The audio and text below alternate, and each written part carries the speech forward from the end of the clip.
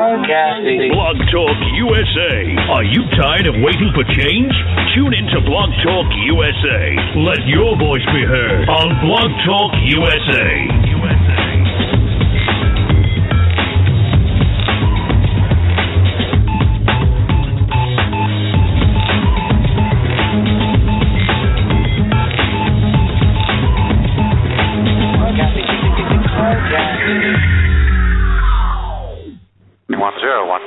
And it gives me 1,250 feet. Exit again. TWA announced the arrival of their flight from Los Angeles and Chicago.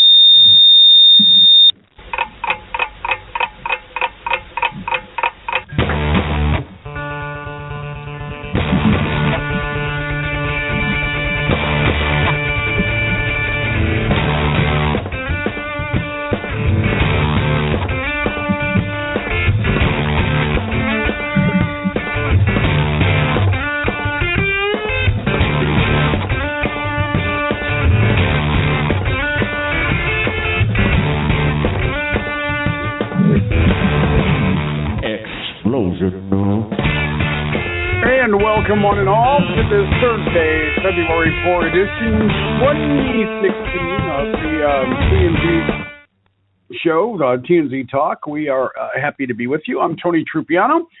He is Richard Zombeck. We've got a very interesting program lined up for you today, including the first one-on-one debate between Hillary Clinton and Bernie Sanders this evening on MSNBC. It will be devoid of one Martin O'Malley, who, as we discussed yesterday, dropped out of the race. And, that was colorful in and of itself. If you didn't hear, especially Richard Zombeck's comments, I would certainly encourage you to click over to our archives and check those out, because they were really quite entertaining. In fact, I've got a little surprise for Richard Zombeck. So, I meant to play this yesterday. I just didn't have a chance. But, Z, this is for you. No. My mic's off. Boom, boom. Here it is. Green means go. Used to be in a band. So here we go. Here's the chorus.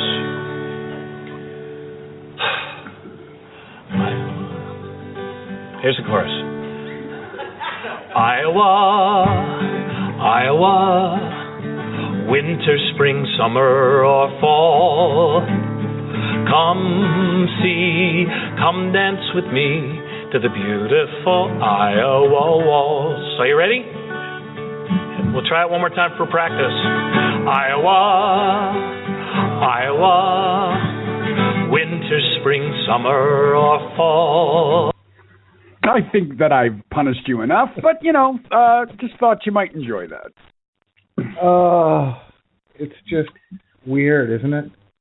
We used to joke. I was, in college, I was a double major. One of my majors was theater, and there used to be a group of us that used to say to ourselves jokingly, what if life were a musical? Well, in Martin O'Malley's world, life kind of is a musical, because he seemed to break out into song every time it made sense to him.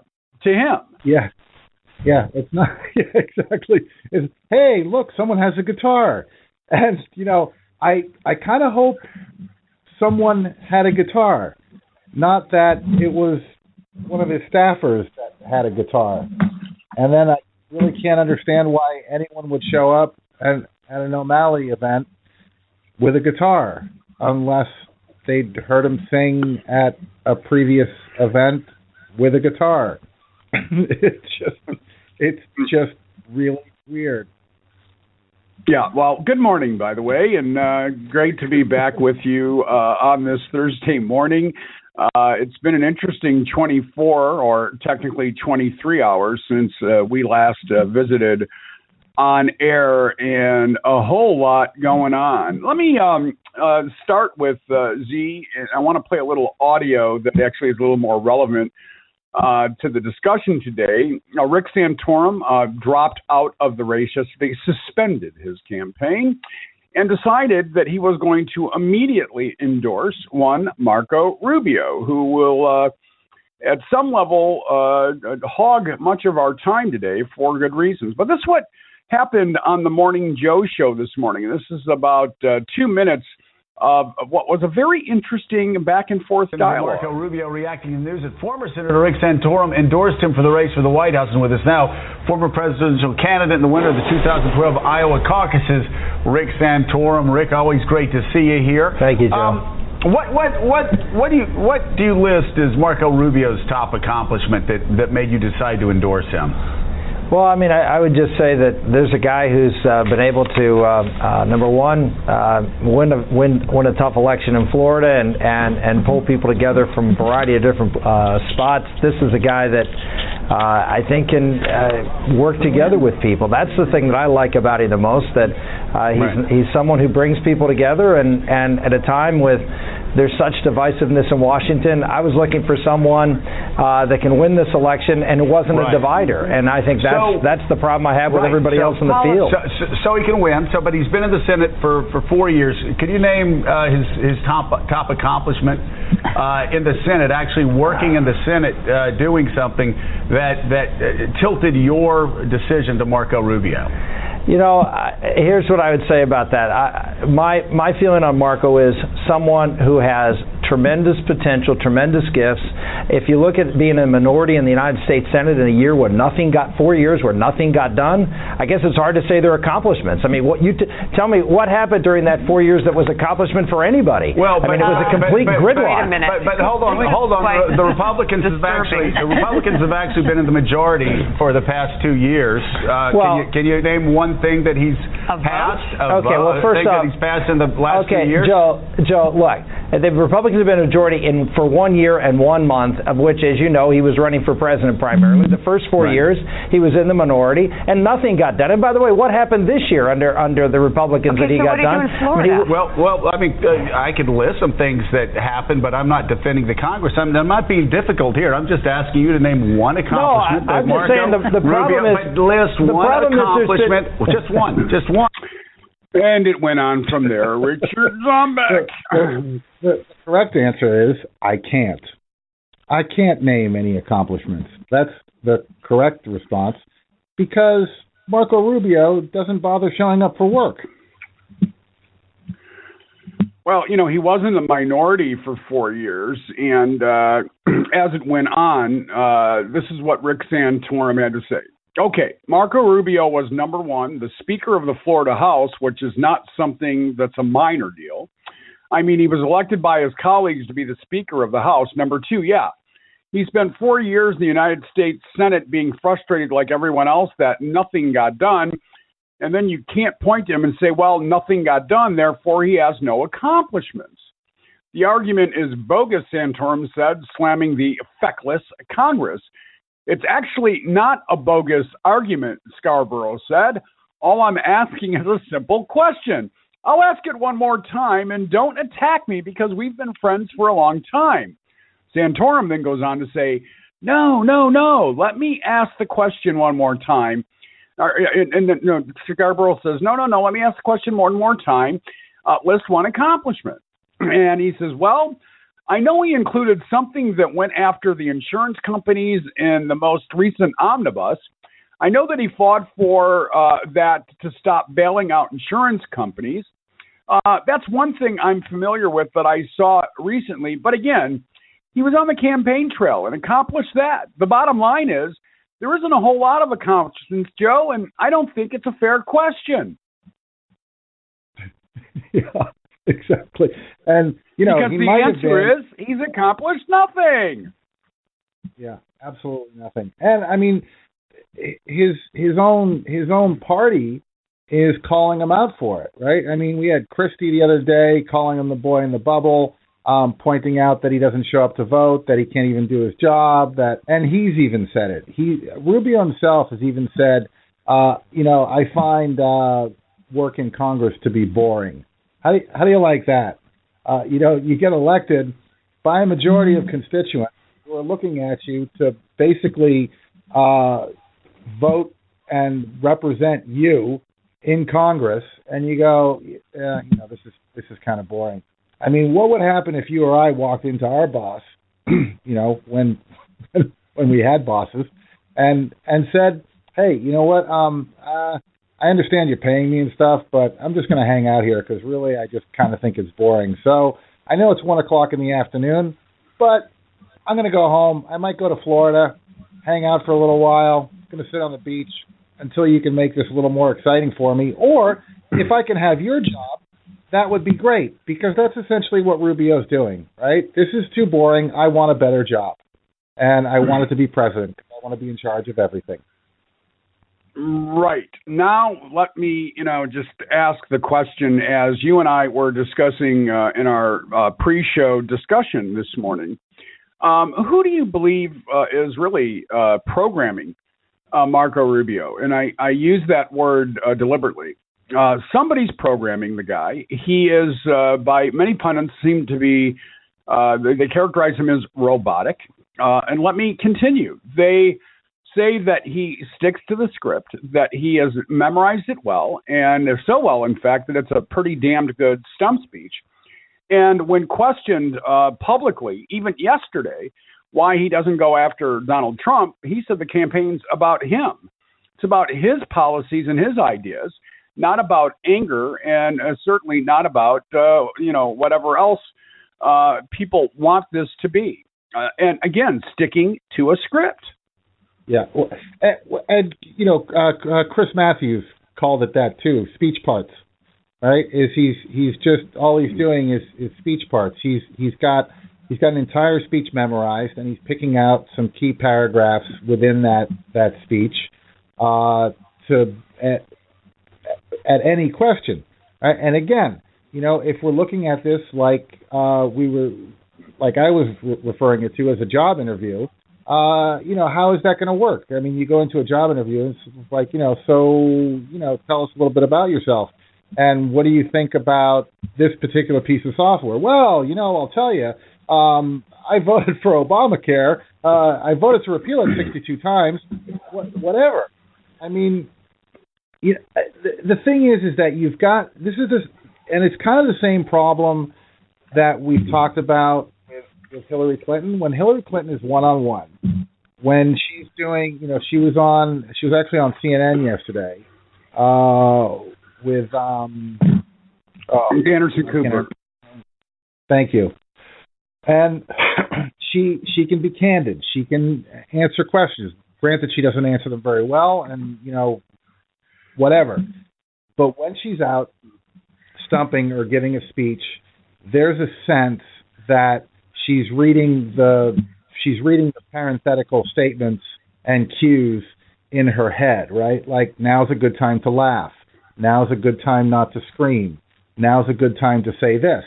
Well, Rubio is like that all the time. Whether it's one-on-one, which he avoids like the plague, he won't take reporters' questions on the road.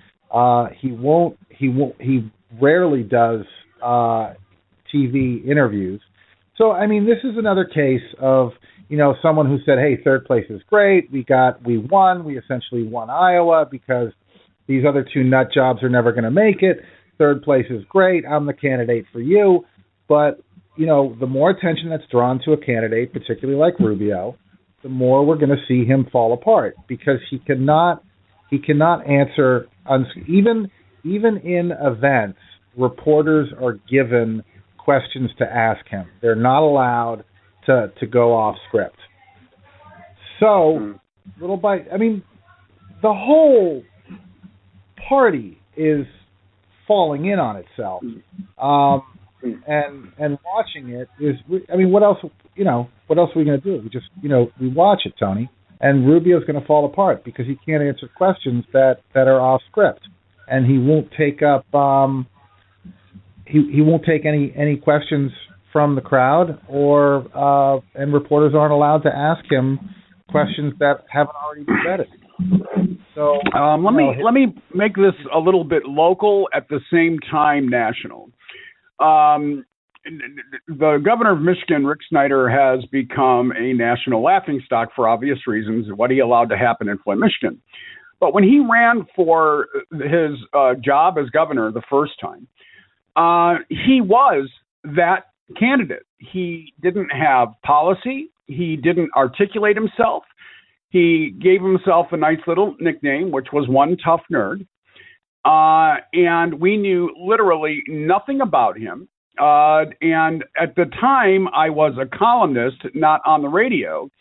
And I'm clamoring for people to start asking this guy real questions, including the media, who refused to do it. Well, he got elected.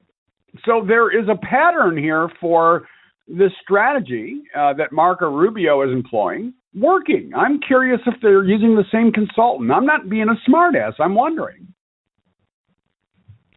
Well, I think it's going to be a very different story in a presidential race, right? I mean, there's too much national attention on something like that. I think you can sneak in. I mean, I think you can sneak in a governor.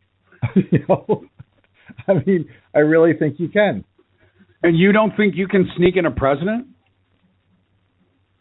Not that way. I think you can. I think you can. I truly think you can. In this environment, again, maybe a year ago, I would have never said that. Nothing in politics right now surprises me. Not a damn thing.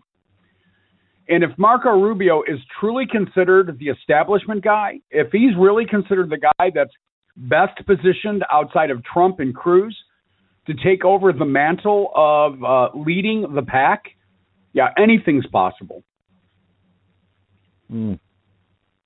Well, this guy scares me. This guy scares me a great deal.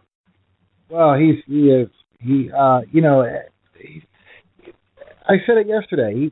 He looks like a little kid in the schoolyard that's about to wet his pants. And I was thinking about it this morning. He looks like he gets tucked in at night. He just doesn't look like he knows what he's doing there. He seems kind of skittish to me. Well, interestingly, as I'm sure you're aware, Chris Christie, the governor of New Jersey and GOP presidential candidate, has been going heavy after Marco Rubio, especially in New Hampshire. If you saw the polling, the recent polling, and use that as you will or won't, Donald Trump has a massive lead in New Hampshire with 36%, followed by Marco Rubio at 15%. And Chris Christie is behind, but I believe the reason he's attacking Rubio the way he is he believes he can best him in New Hampshire, and actually has to in order to stay viable moving forward. But he has called him the boy in the bubble, as you said just a little while ago, and really has been the best defense and offense at the same time that the anti-Rubio people on either side of the aisle could hope for.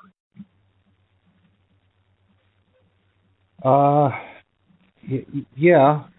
I mean, Christie spent a lot of time talking about the boy in the bubble, about Rubio's lack of ability to answer questions, and basically goading the press to say, ask him some questions, ask him some questions. You're out here asking me questions all the time. Ask him some questions and see what comes back.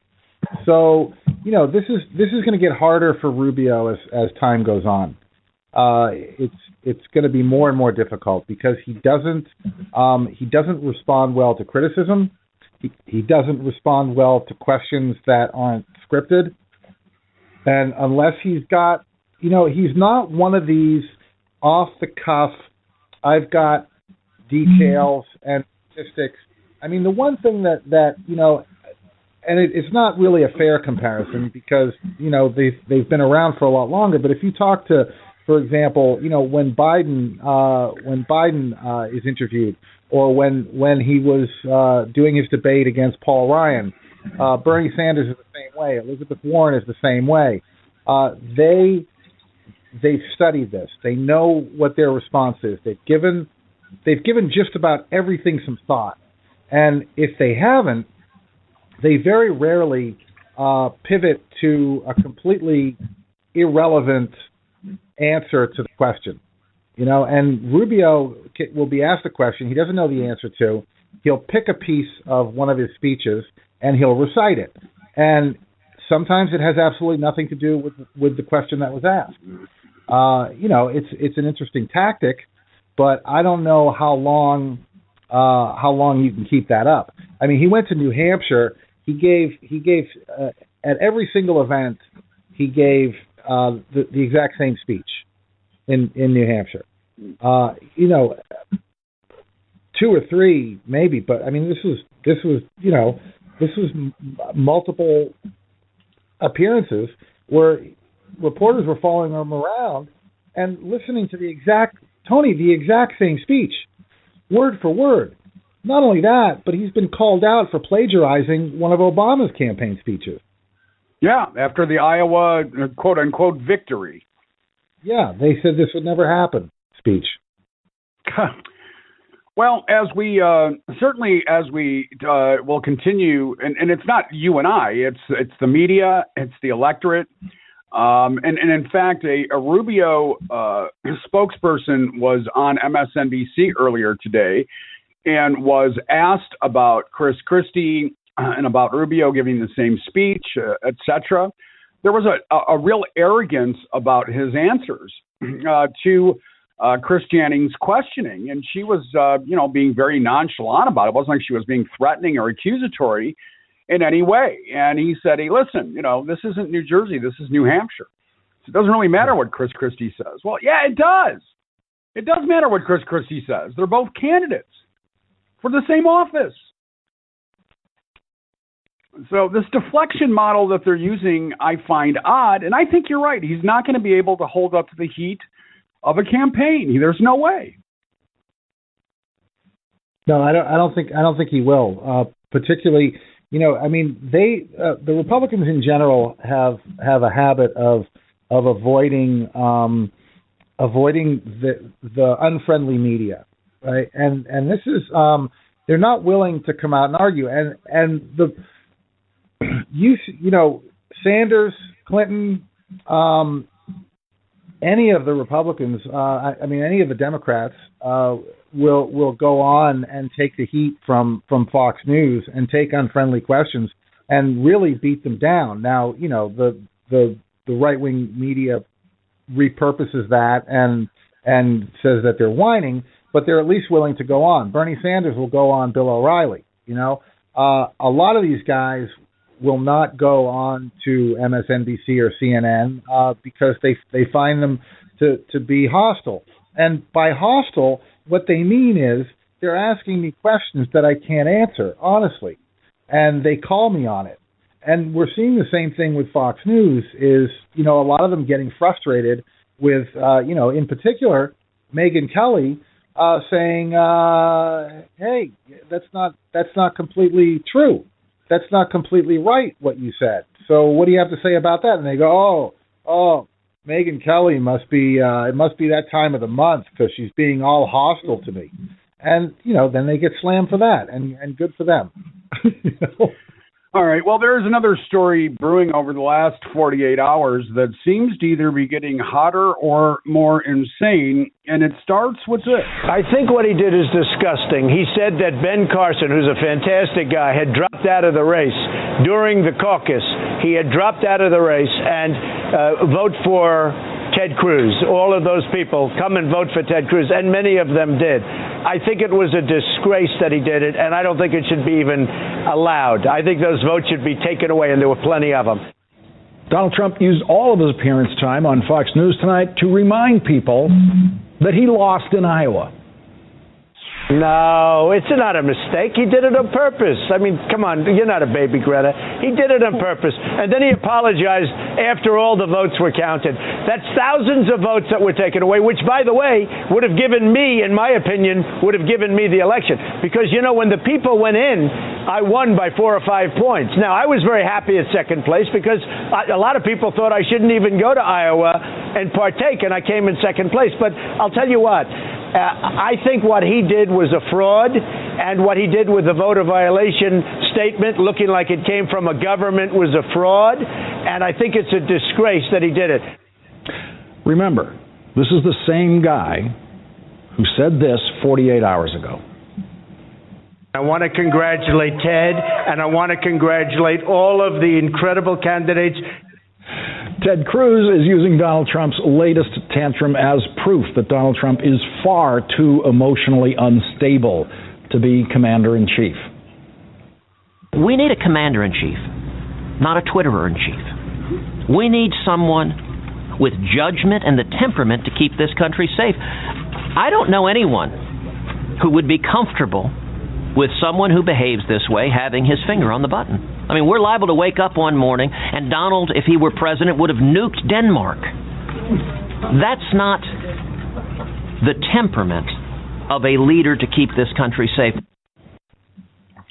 All right, fair enough. What did Ben Carson have to say about all this? You know, you just had a press conference in Washington where you were criticizing the Cruz campaign about what happened in Iowa. Explain what you were asking for from the Cruz campaign.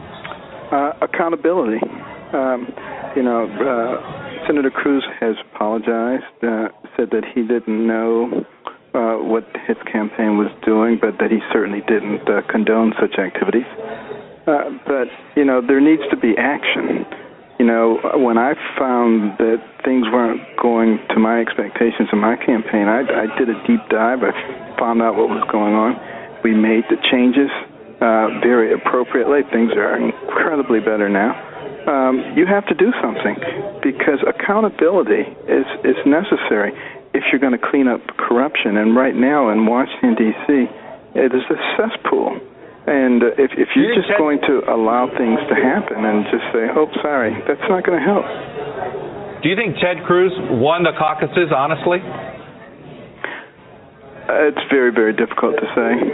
I can tell you that, at one of the caucuses my wife went to, one of the Cruz people had spoken before she came in and told people that I was dropping out and that they should really seriously think about not wasting their vote. She had a chance to talk. She wasn't a scheduled speaker, but the people were just so delighted, I got to tell you. She got a standing ovation, and I won that precinct. These things do make a difference. To try to brush them under the rug and say, oh, what difference does it make, I think is inappropriate. When you say you want accountability, define that. You think he should fire staffers? These could have been just rogue Iowans. What good does that do at this point? Well, if there are the level of accountability you want. If there are people in his campaign doing things that are important and they are making a decision to be deceitful and to try to manipulate people, are those the people you want around you if you are saying that you are different, that you are somebody who can be trusted to clean up some of the mess that's going on? And let me ask you this final question just to clear it up. How committed are you to staying in this race? It was never my intention to get in this race in the first place. After hundreds of thousands of petitions, I could barely get in the House. I said maybe I should listen to the people. But now I'm fully committed. Baseball has 9 innings. You don't call the game after the first inning or two. So there are a lot of things that are going to continue to come out about all kinds of people. And the populace will have an opportunity to see how we react under pressure. And I think that's a good process. Will we see you Saturday at the debate? Absolutely. All right. Z, let me just close the circle on this by saying Ted Cruz's direct response, not the campaign, his direct response to this was that it was all CNN's fault. That his campaign went off a tweet that Dana Bash and someone else had put out about Ben Carson not going to New Hampshire and South Carolina after Iowa, and that he was going back to Florida. But I looked at the tweet, and that's all it said. So the rest of it was manufactured by the Cruz campaign. So the bottom line here is they lied. Yeah, but and this is kind of where it gets interesting, right? Because they put out a press release before the Iowa caucus that Ben Carson was suspending his campaign, and Ted Cruz was on with Brooke Baldwin on CNN, and he said, there's a reason why the media is chattering about this, because the media wants to stir up a fight between Ben Carson and me, and Brooke Baldwin comes back and says, okay, so just so we're crystal clear here, when Senator Cruz, with all due respect, tries to throw my network and CNN under the bus, let me stand up for my colleagues and journalists here in terms of this CNN report that keeps quoting. And then Cruz says, we reported it accurately, and there are the facts. Dr. Carson's staff told us that he would return home to Florida to, quote unquote, take a breath from the campaign. And at the end of that interview, Baldwin says on national TV, I'm going to call out BS. If I hear BS, Baldwin said, and that was BS. I mean, that was, a fantastic response to this. Now, in terms of Ben Carson, the media was making fun of him because he was saying, I'm going to go back to Florida and take some R&R and get some more clothes. And there were tweets from media saying, doesn't he know he can buy clothes in New Hampshire? Doesn't he know they have stores here? And one reporter the other day said, yeah, Ben Carson's not even in New Hampshire. He's home folding his clothes. Yeah. So they're having some fun with this. But, now, here's the question, Tony. Is what Cruz did an acceptable dirty trick? Because it was a dirty trick. There no bones about it. They purposely put out that Ben Carson was no longer in the race. In fact, Ben Carson's wife came down to stump for him and was having to bat back questions about whether or not he was still in the race. So that really didn't make for a good day for her. But the thing is that now we have Cruz. We've got two. And this was a bit of a discussion too, and whether Carson or Trump, I don't think Carson would, but I think Trump would, whether they could sue Cruz, because they can now, they do have damages, right? They can show damages, and I think Trump is looking at burying Cruz. I wouldn't be surprised. I'm not saying I think he's looking at it, because I have no way of knowing that, but I wouldn't be surprised if Trump ended up burying Ted Cruz in litigation. For this, the day after, when he went silent for a while on the Iowa caucuses, he came back pretty strong on Twitter and at different events, calling Cruz a liar, that he pulled a dirty trick, that there should be a recount. Now, what's funny is he's referring to the Iowa caucus as an election, but that there should be a recount, that it should be voided, that Cruz played dirty. He's coming to Carson's defense, not because he particularly likes Ben Carson, I would assume, but because it's a good way to attack Cruz. And Cruz did some nasty stuff in Iowa, along with his mailer.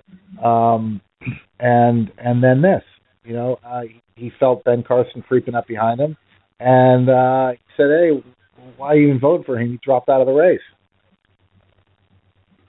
Well, it'll be again as the next few days unfold, because Donald Trump, unfortunately, is the ringleader, and if he wants to continue to hang on to this issue, the media will continue to cover it. There's no question. That is true. We had mentioned at the top of the show that tonight will be the first debate, stand-alone debate between Hillary Rodham Clinton and Bernie Sanders. Bernie Sanders visited with the Morning Joe folks yesterday, And let's give him 3 minutes of our time, Z, and listen to what he had to say about revolution. And so I want to ask you also to define, when you talk about a revolution, define a revolution, because, of course, everybody does this. We've been talking about the Reagan Revolution for 40 years, and nobody suggested that Republicans were going to have tanks roll down Pennsylvania Avenue. We talked about the Gingrich Revolution in 1994, when it may have seemed for some Democrats like tanks were about to roll down Pennsylvania Avenue. Yeah, I was one of them. Yeah, right. Yeah, exactly. I know. I was there with you. Right. You were like running for you. You said, "Where's the fallout shelter?" But I'm concerned that people are taking your words when you talk about a revolution, when you're obviously talking about a peaceful political revolution, and they're twisting and distorting those words to suggest that you are somehow a commie. And I'm talking about Democrats saying this. Joe, I think you're right. Talk about what you mean when you say revolution. Good. This is what I mean, Joe. And you're absolutely right, and there are people who are doing that. And I think that is pretty pathetic. What do I mean by revolution? I will tell you. Political revolution. That is, in the last election that we had in November 2014, you know what? 63% of the American people didn't vote. 80% of young people didn't vote. To my mind, what a political revolution means is a revitalization of American democracy. You know what I think? I want to see America have one of the highest voting turnouts of any major country on earth, not one of the lowest voting turnouts. And I think I want to see people get involved in the political process, be thinking about the important issues, debating the important issues. I want political consciousness to go up, because I believe when that happens, when young people and working people become involved in the political process, it will not just be billionaires and wealthy campaign contributors who determine what's happening in Washington. That's the thrust of everything that I'm talking about. That's the political revolution, Joe. You mentioned the word debate. People need to be debating the issues. Are you going to be participating in a debate with Hillary Clinton tomorrow night? The answer is yes. And you know that I have always wanted more debates, and Secretary Clinton in the beginning was not so interested in more debates. Now suddenly they're very interested in more debates. What I wanted to see is, on top of New Hampshire, 3 more debates. We were talking about California and Michigan, and I wanted New York City. Secretary Clinton represented New York 7 years in the Senate. I thought it would be a good idea. For some reason, she's not interested in debating in New York. So why are they suddenly interested in more debates? You said that with a little sly smile. Well, golly gee, I don't know. It may have something to do with the fact that the nature of this campaign has changed a little bit, and now they're getting a little bit nervous. But it was interesting, as you recall, way back when DNC said 6 debates, we had no input into that. Secretary Clinton said, hey, that's great, that's fine. Now they want more debates. That's fine. I love debates. All right. Bernie, it's always great talking to you. Senator Bernie Sanders, thank you. Thank you, guys. Thank you. Turn on my microphone. The revolution. The revolution. I love that. Well, golly gee. There's something special about that guy. There truly is. Listen, you're obviously not a big Hillary Clinton fan. Can we say that with definitive assurance? Not completely. I mean, I'm not completely not a big Hillary Clinton fan, and we can't say that with definitive assuredness. Then how would we characterize your thoughts on both of them? And I'll be happy to share mine as well. Well, here's the thing, right? What if Bernie Sanders could be the president of the United States? I would be happier than a pig in poop. Unfortunately, I think it would be a hard road to toe. I don't, the backlash that Obama has gotten from the last 8 years, the vitriol, the blockages from the right, I think it's going to be just as bad, if not worse, with Bernie Sanders, who is labeled a socialist and a commie pinko, homo. So the chances of him getting anything done are slim to none. Hillary Clinton, I think, is unfortunately, I'll say, the Democratic Party's best shot at holding the White House. She's not, I find her to be a little scripted. I find her to be a little disingenuous. I find it interesting that the two frontrunners for the Democratic Party are trying to prove how far to the left they can swing, because we've seen that with the Republican Party as to I'm more conservative than you, like that's a good thing. Now, I'm more lefty than you, I'm more of a liberal than you, in my opinion, is of course a great thing of them trying to out-liberal each other. The conservatives tend to go with, God is everything. Everything is about God stripping people of rights, against homosexuality, against abortion, against the poor, against eating, against drinking water, everything. Back to early puritanical centuries that we crawled our way out of. So am I completely opposed to Hillary? No. Do I think Bernie's a better choice? Yes. Do I think Hillary has a better chance of winning and getting into the White House? Yeah. And getting stuff done? Yeah. It's not the lesser of two evils argument, Tony. It's what's our best shot? And there's a lot at stake. There are Supreme Court nominations at stake in this election. So fair enough. That's the confused way in which I stand. All right. No, I mean, and that's fair. I don't find Hillary Clinton as indecisive as you do. And I don't really know why. I just really don't see her the way you do, but that's okay. You don't have to buy into mine, and I don't have to buy into yours necessarily. I agree with everything else you've said. I can't find fault in anything else that you have said to this point. And so let's talk about tonight's debate. Marty's not there.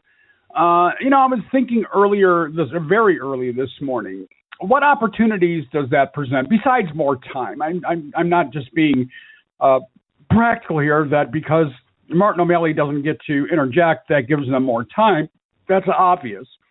But what are the advantages to not having Martin O'Malley?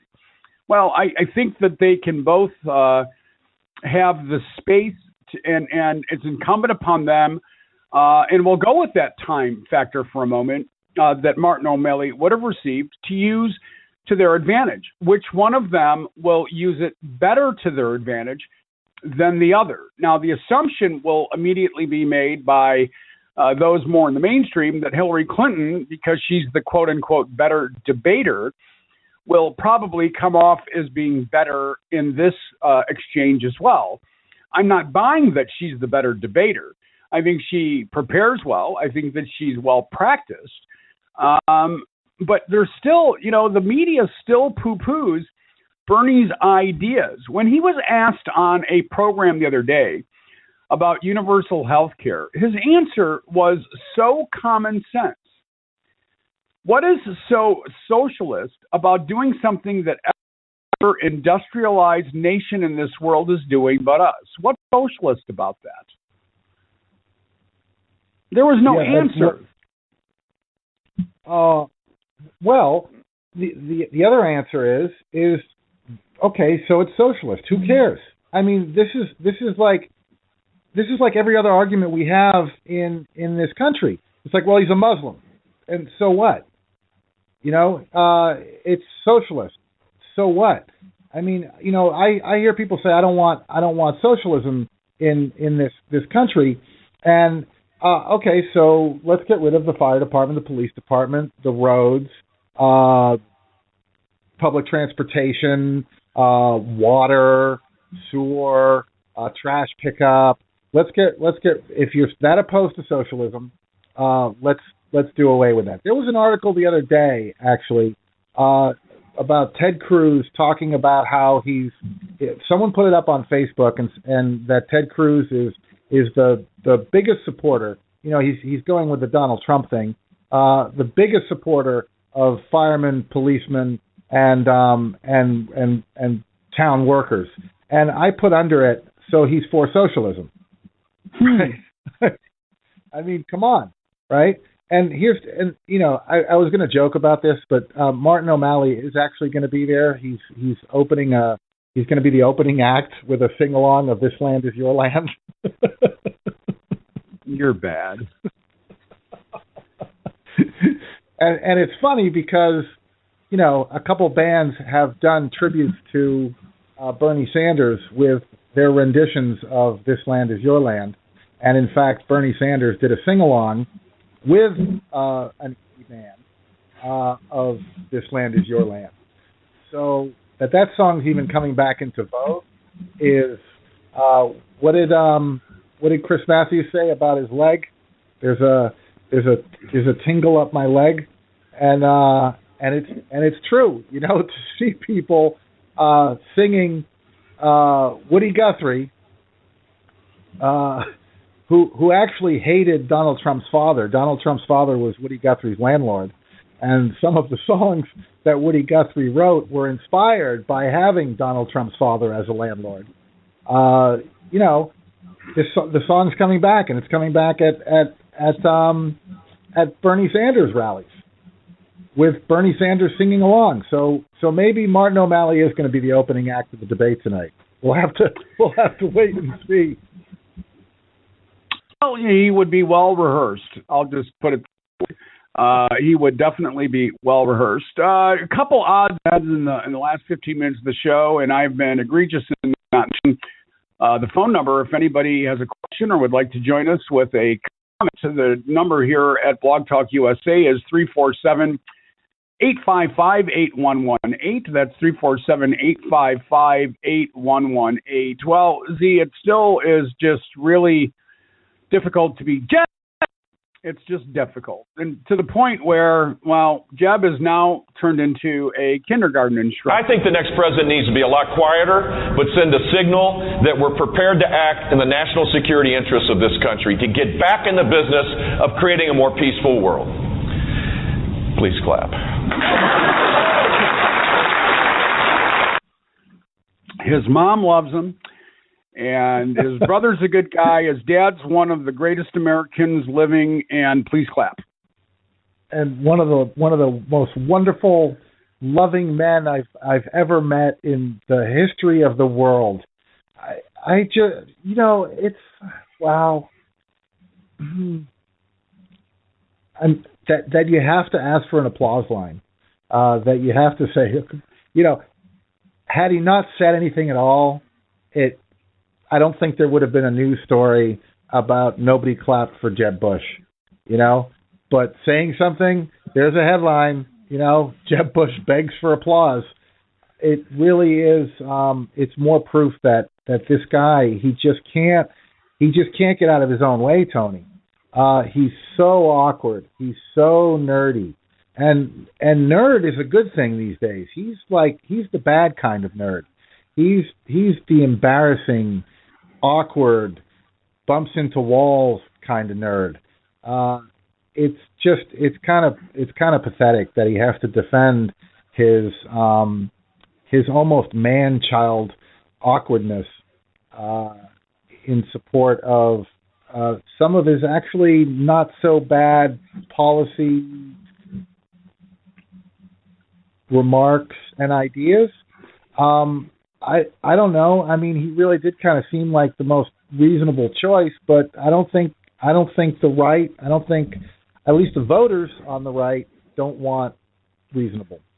Well, I got to tell you, this image just occurred to me. Him and George as teenagers.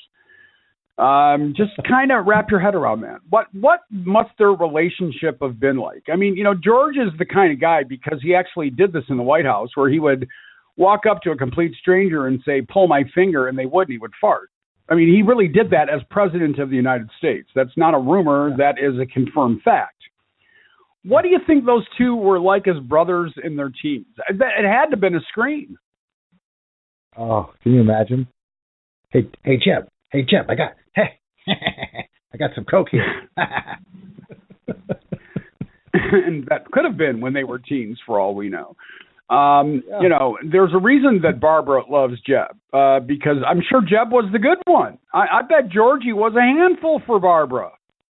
Oh, yeah. You know, the reason he wanted her to make chocolate chip cookies is because he had the munchies.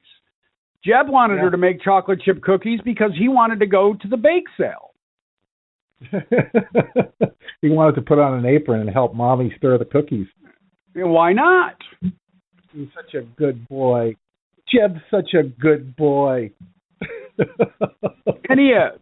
He's a good boy, and unfortunately, he will be an asterisk in history when it comes to the presidential run. I know this for a fact. It just goes back to the comment he made months ago. You know, there are a lot of other cool things I could be doing. And I don't know what cool things he would be doing, but I'm sure there are a lot of other cool things he could be doing. How many times do you think he said, either to his wife or to his close associates, what the hell happened? This wasn't what it was supposed to be. It wasn't supposed to be like this. Oh, he's got to be just shaking his head. Just shaking his head. And, you know, I mean, I do want to go back to Bernie and the Bernie and Hillary show tonight is let's make a quick prediction here, okay?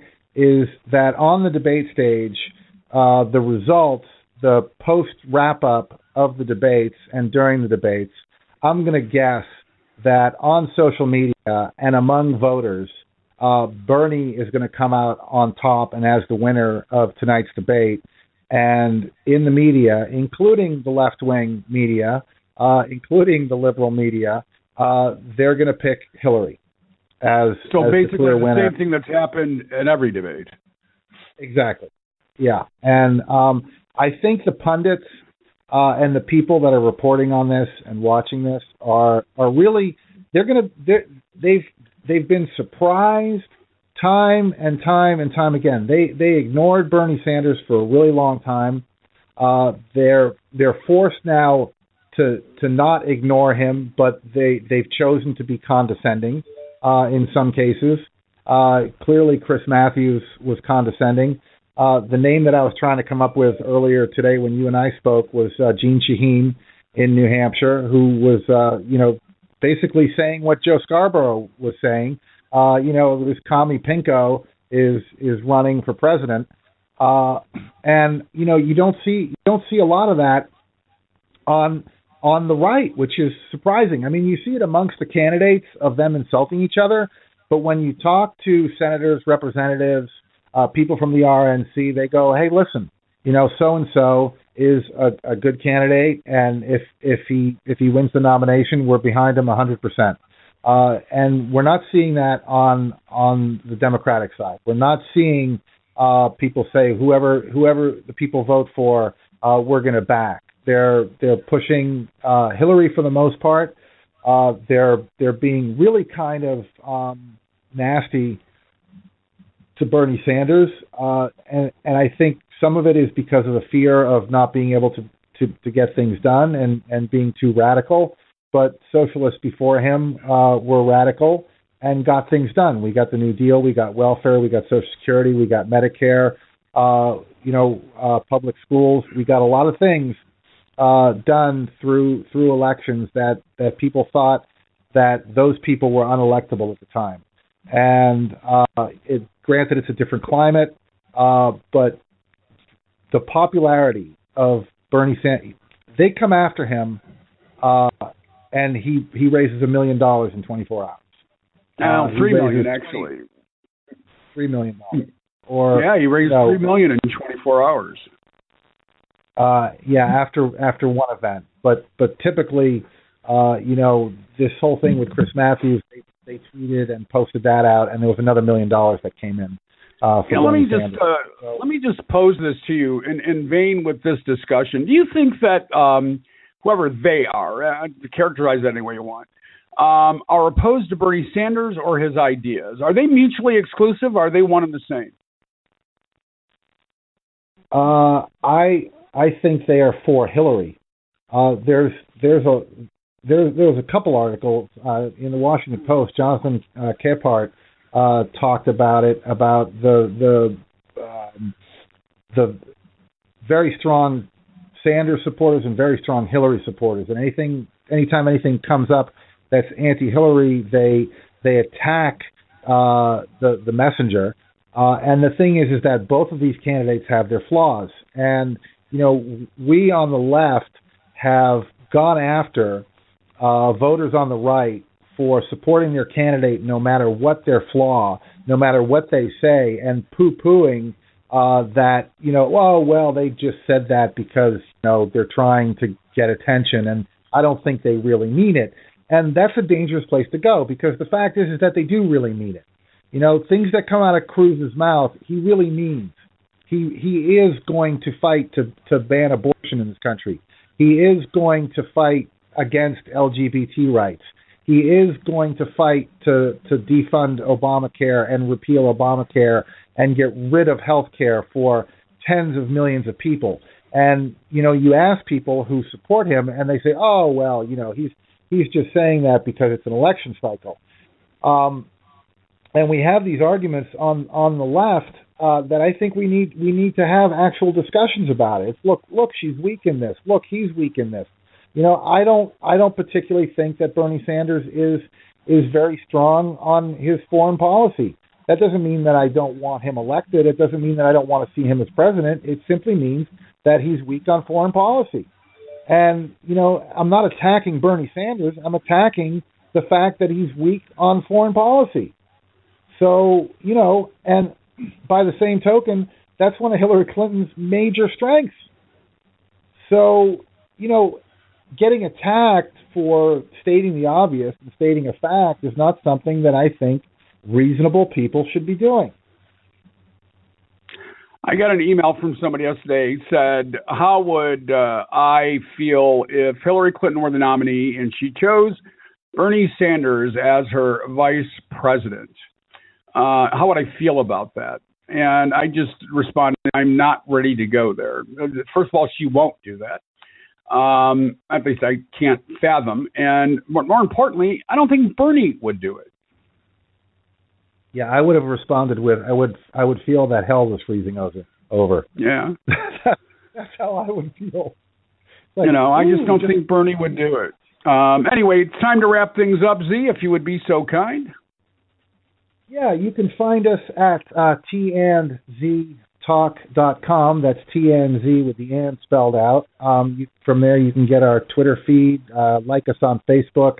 iTunes and Stitcher links are also there. If you could show us some love, go to iTunes, Stitcher, write a review. I can't stress that enough. That really helps. It helps us get noticed. It helps the podcast. It helps me and Tony. It helps our listeners.